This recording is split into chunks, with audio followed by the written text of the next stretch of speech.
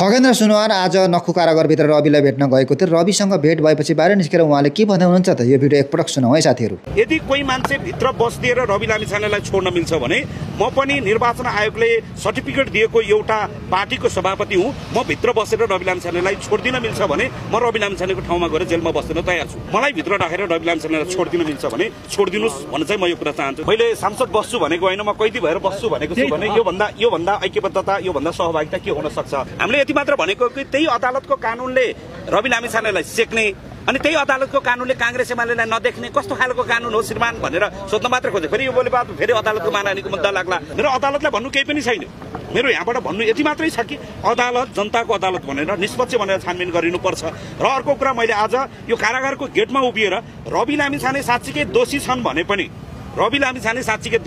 पनि यतिको बेलामा जनतालाई देशलाई रवि लामिछाने जस्ता होनहार मानिसहरूको आवश्यकता छ।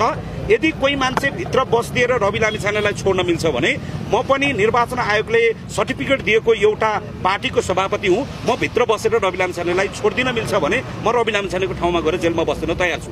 यदि कहीँ कतै भाग्छन् भन्ने लाग्छ भने मैले उनले तिर्न पर्ने पैसा कति छ, मसँग त पैसा छैन, म तिर्न सक्दिनँ।